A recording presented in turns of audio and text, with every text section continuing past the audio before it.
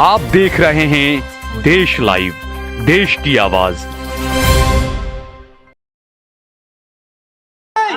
मैं अगर हार गया हूं तो उन लोगों को ये कहना चाहता हूं, आप हारे नहीं, जिंदगी बाकी है, तुम भी जीते नहीं हो।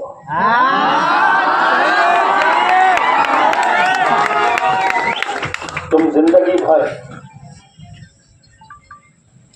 जब भी कभी ईमानदारी के साथ अपने दिल पे हाथ रखेंगे तो जिंदगी भर तुम्हें ये दर्द सताएगा कि इस शहर से मुसलमानों की क़यादत खत्म करने में मेरा भी हाथ था।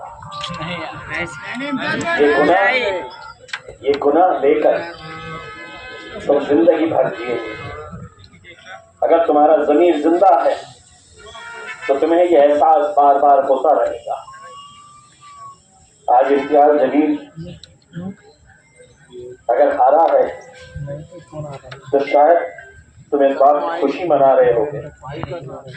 मैं जो चाहता था इम्तियाज जलील यहाँ से नहीं जीतना चाहिए,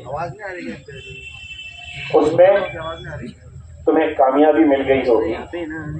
लेकिन एक बात कहना चाहता हूँ, संदीपान भुमरे जीतने के बाद भी इतनी सारी मोहब्बत वो लोगों की नहीं पा सकता कि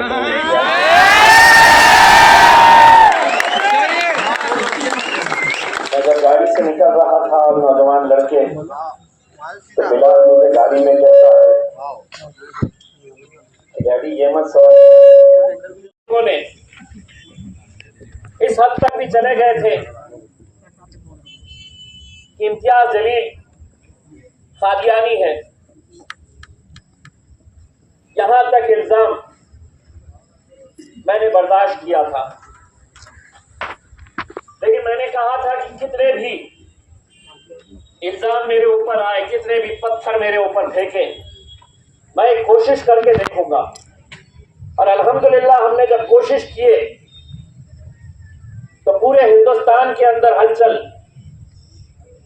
औरंगाबाद जैसे शहर से जो शिवसेना का गढ़ कहा जाता था, वहां से इम्तियाज जलील जीत कर आया।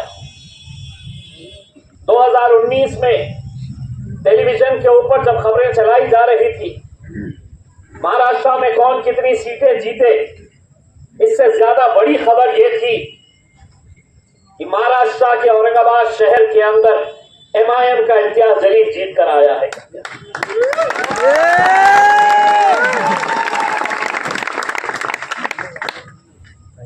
10 साल आपने देखा, पूरी ईमानदारी के साथ हमने काम किए।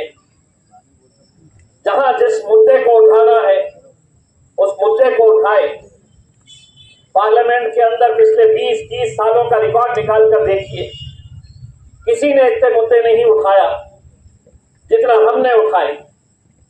और अल्हम्दुलिल्लाह ये हमारी जुर्रत थी, हमारी हिम्मत थी, हमारी ताकत थी, आप लोगों की वजह से कि जिस पार्लियामेंट के अंदर 300 से ज्यादा उनके MPs भारतीय जनता पार्टी के बैठते हैं, वहां पर असद भाई के बाद अगर किसी ने जुर्रत की नरेंद्र मोदी की आंखों में आंखें डालकर सवाल करने की तो वो आपका भाई, आपका दोस्त है।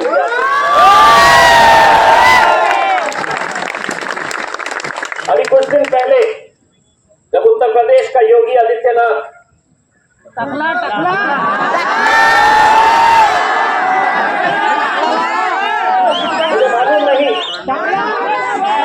मुझे मालूम नहीं कि आप लोगों में से कितने ऐसे होंगे जिन्होंने उसका वो भाषण सुना होगा जिसमें उसने ये कहा, इस मुल्क के, इस देश के मुसलमानों ने कटोरा उठाना और पाकिस्तान चले जाना।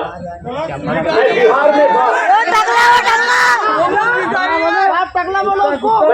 में था, और मैं एक सभा के लिए जा रहा था। किसी ने मुझे व्हाट्सएप के ऊपर वो भेजा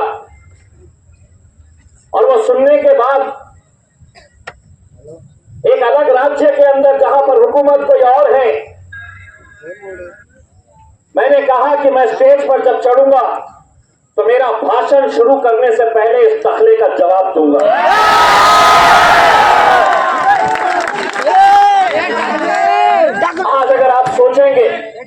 मुझे ये बताइए कि हिंदुस्तान के अंदर ऐसा कौन सा नेता है जो इस तरह की भाषा के अंदर उसको जवाब देगा।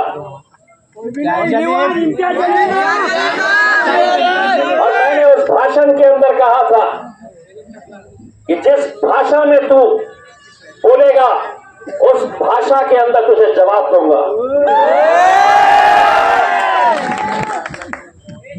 हमारा गुनाह क्या है? हम आपकी आवाज सुनकर खड़े रहे। हमारा गुनाह क्या है कि हम आपके लिए लड़े, हम आपके लिए खड़े रहे। कोई गैर अगर मेरी मुखालिफत करता मुझे इतना दुख नहीं होता, इतना अफसोस नहीं होता। लेकिन आज मैं अगर ये सोचता हूं कि 40-44 साल हो चुके हैं जब आखिरी मेंबर ऑफ पार्लियामेंट काजी सलीम साहब यहां से चुनकर आए थे। कितने ऐसे नौजवान होंगे जिनकी उम्र भी नहीं है इतनी, जिन्हें मालूम नहीं है मेरा लीडर कैसा है। आज मैं जब आज के नतीजे के ऊपर जब मैं नजर दौड़ाता हूं तो मुझे यह यकीन हो जाता है कि मुसलमानों की क़यादत इस मुल्क के अंदर गैरों से ज्यादा मुसलमानों ने ही खत्म किया है। बेशक कोई शक नहीं।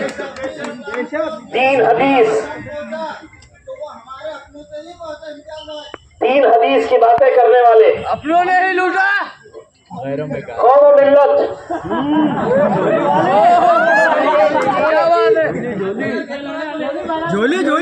मेरी कौम के अंदर ऐसा कोई शख्स नहीं है कि जिसको मिलकर इज्जत की नजर से देखे, गैर लोग भी उसको इज्जत की नजर से देखे। मुझे सिखा रहा जिसकी सारी जिंदगी इन धंधों के अंदर गुजरी है और आज से कोई नहीं बेचता था 5 रुपए का। यहाँ से इलियास पहलवान मैं इज्जत करता था, लेकिन जिस दिन मैंने उस अखबार के अंदर, उर्दू अखबार के अंदर इनका एक बड़ा एडवर्टाइजमेंट देखा अपने फोटोज के साथ, जिसमें इसकी खुद की फोटो, सालेक हसन खान ओस्मानाबाद से आया हुआ, अबू बकर रहबर 2014 में जब मैं खड़ा हुआ था इसी पहलवान।